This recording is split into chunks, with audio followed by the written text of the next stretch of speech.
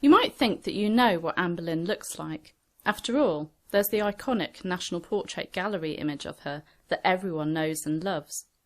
But would it surprise you to know that it dates to the late 16th century and that it's therefore not a contemporary image of Anne Boleyn? I'm Claire Ridgway from the AnneBoleynFiles.com, and today I'm going to be looking at some of the evidence regarding Anne Boleyn's appearance. As historian Eric Ives points out in his book, The Life and Death of Anne Boleyn, there is only one contemporary likeness of Anne Boleyn, and that is a medal struck in 1534.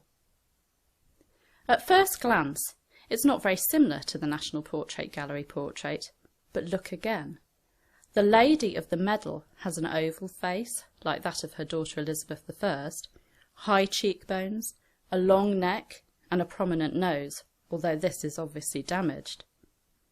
Another image of Anne, which is likely to be a good likeness because it was owned by Elizabeth I, is the tiny miniature inside the checkers locket ring which Elizabeth had made in 1574. It is tiny, the size of your little fingernail, but the face shape is similar to the medal and also to the National Portrait Gallery portrait. But what about the Hever Castle portrait of Anne Boleyn holding the rose?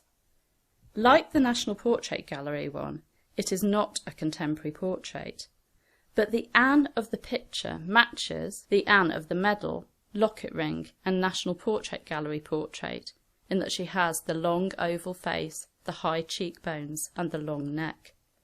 This portrait also matches a contemporary description of Anne, such as that of Francesco Sanuto, a Venetian diplomat, who described Anne as having a swarthy complexion, long neck, wide mouth, a bosom not much raised, and eyes which are black and beautiful.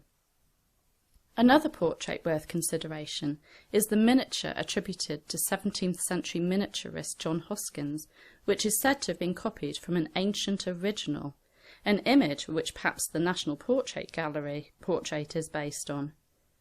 In Eric Ives's words, portrait medal, checkers ring, Hever National Portrait Gallery pattern, Hoskins miniature. The chain is complete. We have the real Anne Boleyn. But what about the other portraits? Here we have the Nid Hall portrait that could be dismissed as being Jane Seymour if it wasn't for the fact that the lady is wearing an AB brooch. In his article, A Reassessment of Queen Anne Boleyn's Portraiture, Roland Huy argues that the likeness has indeed been derived from Jane Seymour, but the face is consistent with the one shown on the Anne Boleyn medal, don't you think? Much as I don't like this portrait.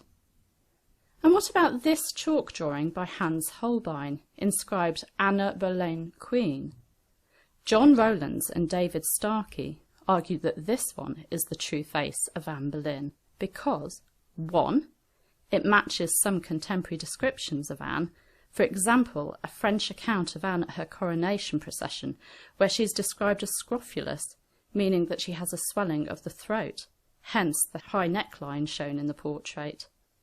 2. The state of undress of the sitter. According to Rowlands and Starkey, a woman of only the very highest rank would take such a liberty. 3.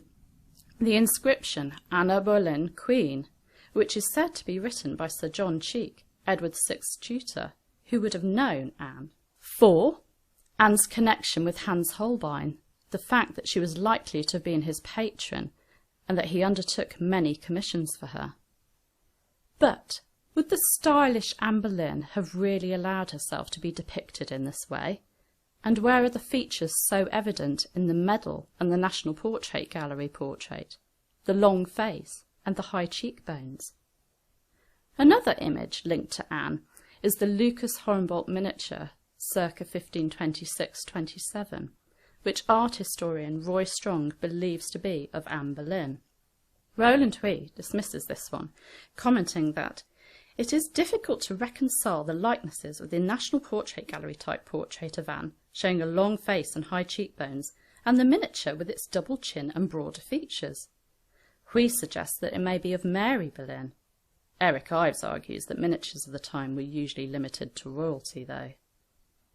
For me, the portrait which I feel is closest to the medal, the Chequers ring, and the contemporary descriptions of Anne, the Hever Castle rose portrait.